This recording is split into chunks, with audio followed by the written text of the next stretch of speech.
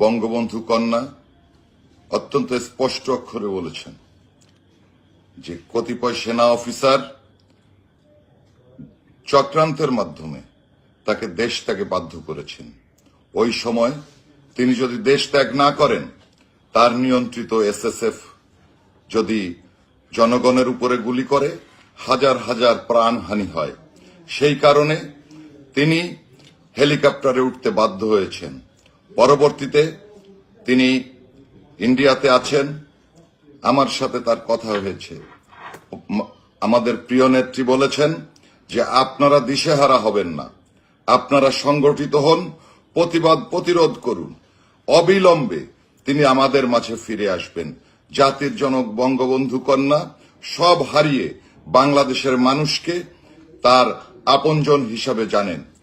তার বাবার স্বাধীন করা বাংলাদেশে আবারও তিনি আসছেন, আর আমরাও অধীর আগ্রহ নিয়ে অপেক্ষা করছি।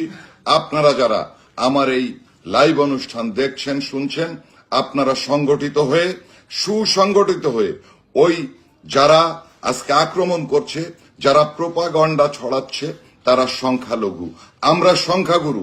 আমরা এদেশ স্বাধীন করেছি, মুক্তিযোদ্ধা ভাইরা এখনো বেঁচে আছেন। আমরা মুজিবাদর্শের নেতাকর্মীরা আমাদের ব্যক্তিগত সকল ভেদাভেদ ভুলে গিয়ে আমরা মাঠে নামবো।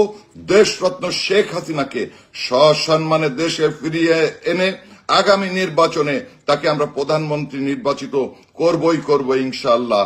জয় বাংলা, জয় বঙ্গবন্ধু। আর সারা বাংলাদেশে আপনারা কর্মসূচি পালন করবেন, আপনারা নিজেরা নিজেদের মধ্যে আলোচনা করবেন। আপনারা জানেন পুলিশ বাহিনী উইথড্র হয়েছে, পুলিশ বাহিনী মাঠে কোনো কাজ করছে না।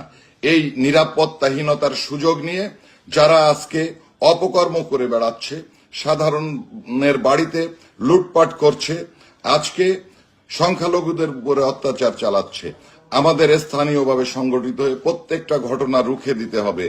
আপনারা সংগঠিত হন, ওই অপশক্তি কখনোই আমাদের সামনে দাঁড়াতে পারবে না। আপনারা কর্মসূচি নিন এবং কর্মসূচি পালন করুন, দেখেন রুখে দাঁড়ান। জয় আমাদের হবেই হবে। দেশরত্ন শেখ হাসিনার জন্য আমরা আন্দোলন করব। আমরা জাতির জনক বঙ্গবন্ধু শেখ মুজিবুর রহমানের আদর্শ বাস্তবায়নের জন্য যুদ্ধ করব। এখানে আমাদের পিছিয়ে আসার কোনো সুযোগ নেই, কোনো পথ নেই। জয় বাংলা,